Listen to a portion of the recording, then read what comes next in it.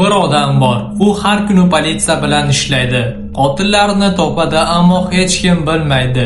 Eng xavfli qotil aynan o'zi ekanini va eng qo'rqinchlisi, siz bir muddatdan keyin unga muxlis bo'lib qolasiz. Assalomu alaykum, bu Doniyor Karimiy kanali.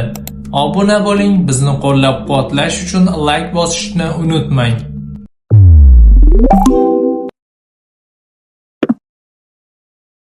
Tasavvur qiling, Miami, quyosh, hashamatli hayot, ammo bu shaharning tungi ko'chalarida qon oqadi.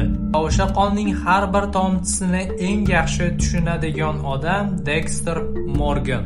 Kunduzi u kriminal laboratoriyada ishlaydi, qonlarni tekshiradi, qotillik qanday bo'lganini aniqlaydi, politsiyaga yordam beradi.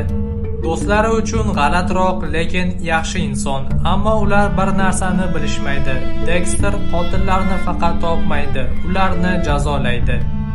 Tunda u boshqa odamga aylanadi. Sovuq, his-tuyg'usiz, aniq harakat qiladigan yirtqich.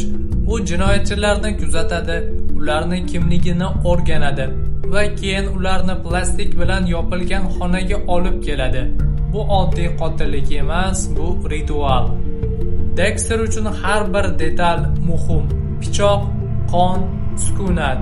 Go'yo u san'at yaratayotgandek.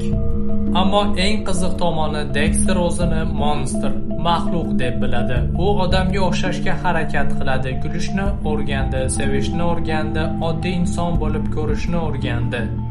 Ammo ichida doim qorong'ulik yashaydi. U buni Dark Passenger deb ataydi.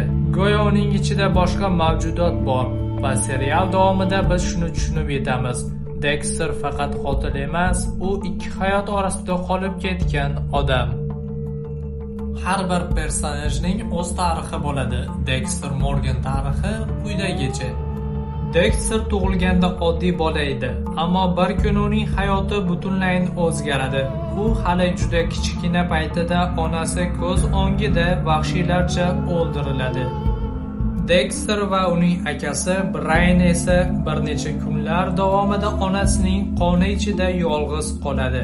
Kichik bolalar, qorong'u konteyner, atrof qon va yonida o'lik ona. Mana shu voqea uning psixologiyasini sindirib tashlaydi.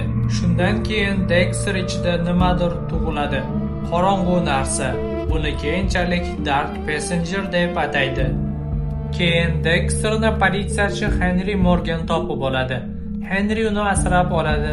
Dastlab u Dexterni oddiy bola deb o'ylaydi, ammo vaqt o'tishi bilan Dexterni hayvonlarni o'ldira boshlayotganini, unda hissiyot yo'qligini sezadi.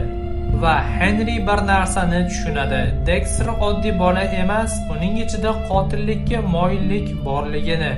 Shunda Henry noodatiy qaror qabul qiladi. Dexterni to'xtatishga urinmaydi, aksincha, uni boshqarishga o'rgatadi. Mana shundan keyin Henry qonunlari, ya'ni qoidalari paydo bo'ladi. Aytgancha, qo'limdagi bu kitob Bobil qiroli Hammurabiyning qonunlar kitobi.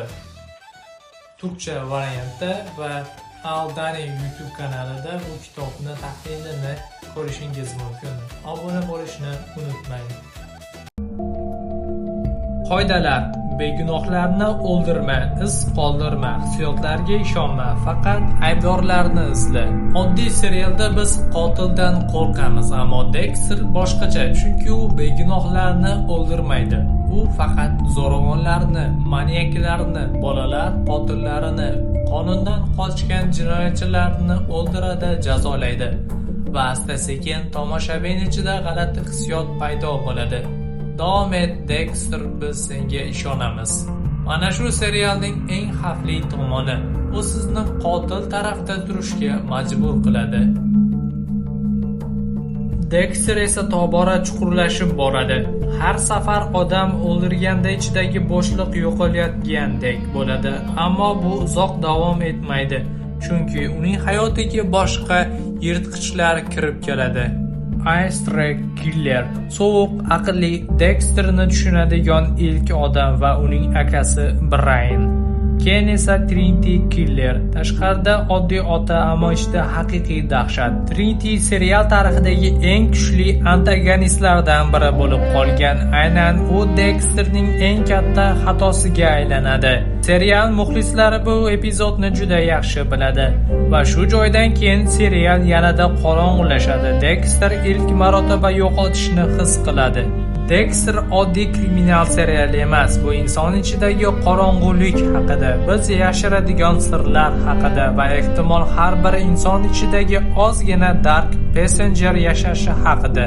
Shuning uchun Dexter qo'rqinchli, chunki u butunlay fantastika emas, bu inson psixologiyasining qorong'u tomoni.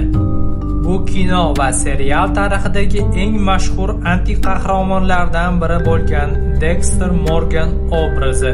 Agar sizga mana shunday psixologik hikoyalar, aqlli anti-qahramonlar va inson ongini yashirin tomonlari haqidagi serial yoqsa, unda Dexter siz unuta olmaydigan seriallardan biri bo'lib qoladi. Aldani va Doniyor MMA kanallariga obuna bo'ling. Sizlar bilan Doniyor Karimiy. Aytgancha keyingi kontent mavzusi nima haqida bo'lishini kommentariyada yozib qoldiring.